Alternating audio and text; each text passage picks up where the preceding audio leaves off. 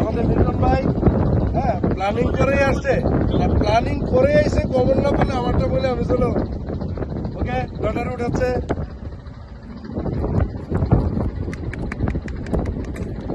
চোর ওনার তো উঠছে চোর, আপনি ইচ্ছা করলে পাল্টাইতে পারবেন না, এটা আর পাল্টাই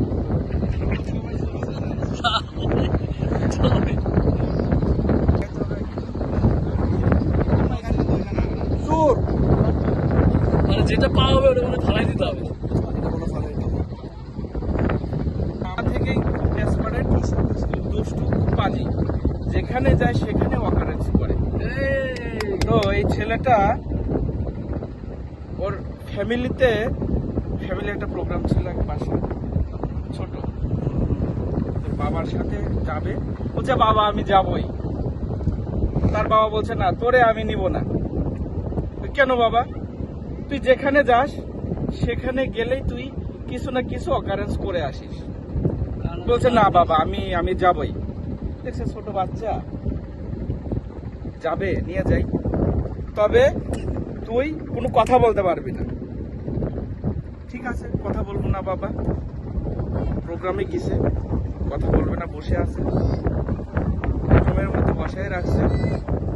তো কিছু মহিলা মানুষ আছে, তো মহিলাদের বলছে এইভাবে ইশারা দিতেছে, এই ছোট বাচ্চা এসব কেন দেখায় আমাদের? কি এই দুষ্ট ছেলে। বাবা তো বলেছে তুই কোনো কথা বলতে পারবি না। পরে বলছে, তুই কি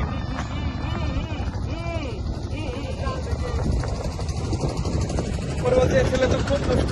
রে ছেলে তুমি কি বলতে চাও? পরে বলতেছে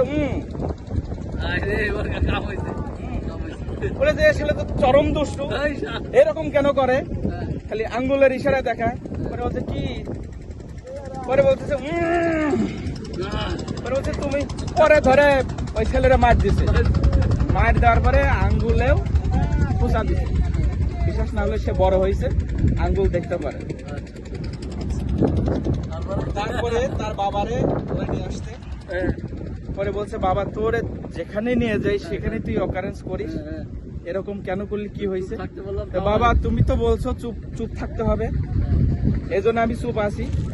তুই তাহলে কি এমন করলি তোকে এরকম করে মানুষ গণধোলাই দিল, আমাকেও মারার জন্য ধরে নিয়ে আসতে?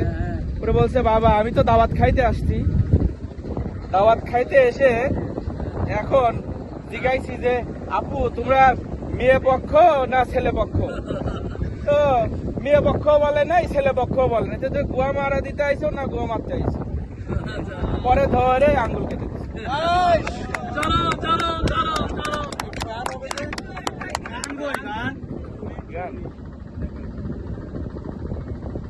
আরেকটা স্ল্যাং গল্প। ক্যামেরা না ক্যামেরা বন্ধ করে।